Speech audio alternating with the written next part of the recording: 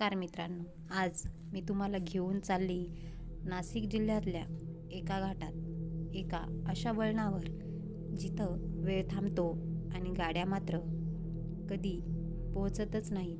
ही कथा आहे हर्सुल घाटाची शेवटची वळण. काही वळण आपण डोकं बाजूला करून ओलांडतो, पण हे वळण काहीसं वेगळंच आहे.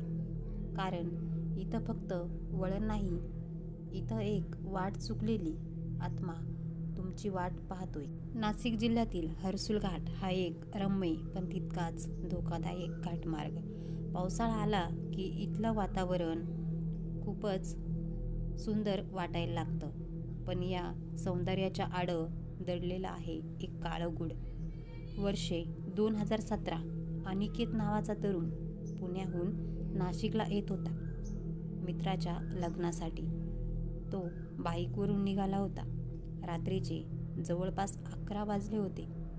घाटात गर्दधुके पसरलेलं आणि मोबाईलला नेटवर्क नाही.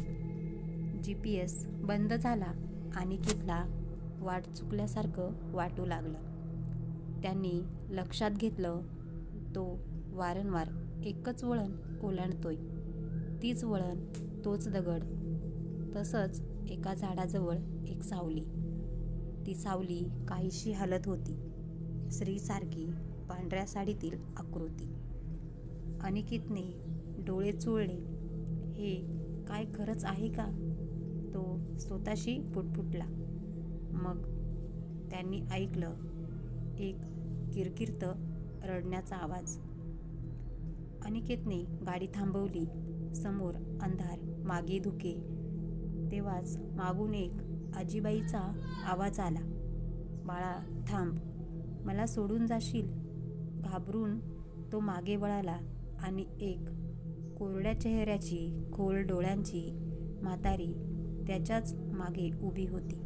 अनिकेतने थरथरत बाईक चालवायला सुरुवात केली. पण वळण संपेना. तीच वळण पुन्हा पुन्हा.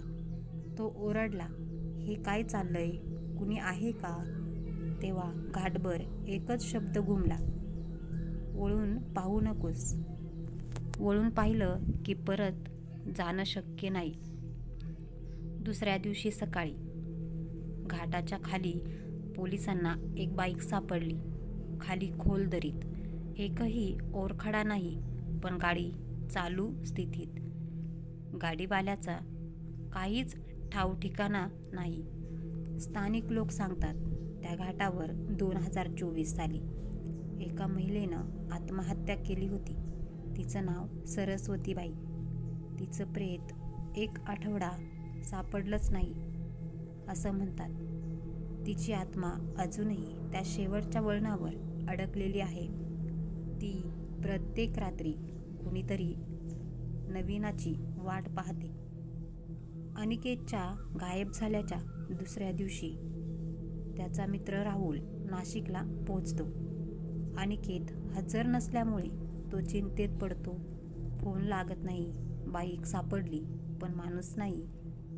राहुल स्थानिक पोलीस आणि गावातील पुरणकाका नावाच्या म्हाताऱ्याला घेऊन घाटात जातो. पुरणकाका म्हणतात, ही वळण पूर्वी नव्हतंच. ती मेली त्या दिवशीच गावकऱ्यांनी घाटात एक नवीन वळण काढलं आणि तेव्हापासून ते शेवटचं वळण कधी संपतच नाही. राहुल थोडा संशयाने विचार करतो, तुम्हाला खरंच वाटतंय की आत्मा आहे? काका फक्त डोळ्यांनी घाटाकडे पाहतात, न बोलता. राहुल ठरवतो, रात्रीचे 11 वाजता तो स्वतः त्या घाटात जाणार. अनिकेतच्या शोधात. तो बुलेट चालवत निघतो. घाट शांत, अंगावर काटा आणणारा. जवळजवळ 15 मिनिट झाली असतील आणि एकदम समोर तीच सावली, पांढऱ्या साडीतील स्त्री. राहुल गाडी बंद करतो. म्हणतो, कोण असलात तुम्ही? अनिकेत कुठे आहे? त्या स्त्रीकडून काहीही उत्तर नाही मिळत. पण तिच्या मागे दरीतले पाण्याचे आवाज आणि एखाद्याच्या आकांतासारखा किंचाळ ती स्त्री बोलते. तो मागे वळला. तू नको वळूस. राहुल धीर धरतो. तो हातातल्या तुळशीच्या माळेला घट्ट धरतो आणि जोरात ओरडतो. तू जो कोणी असशील, आज मी तुला शांत करूनच जाईल. तेव्हाच संपूर्ण घाट थरथरतो. झाडांची पानं गरकन फिरतात.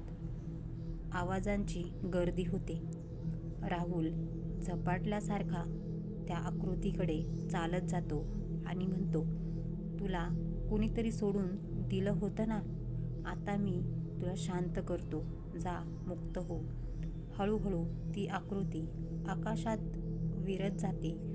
धुके साफ होऊ लागतं आणि घाटावर पुन्हा शेवटचं वळण दिसेनासं होतं. ते वळण आता खरंच संपलं होतं. दुसऱ्या दिवशी सकाळी राहुल अनिकेतला एका झाडाखाली बेशुद्ध अवस्थेत सापडतो. शुद्धीवर आल्यानंतर अनिकेत फक्त एवढंच म्हणतो, ती म्हणाली, माझ्या आत्म्याला कुणीतरी शांतता दिली.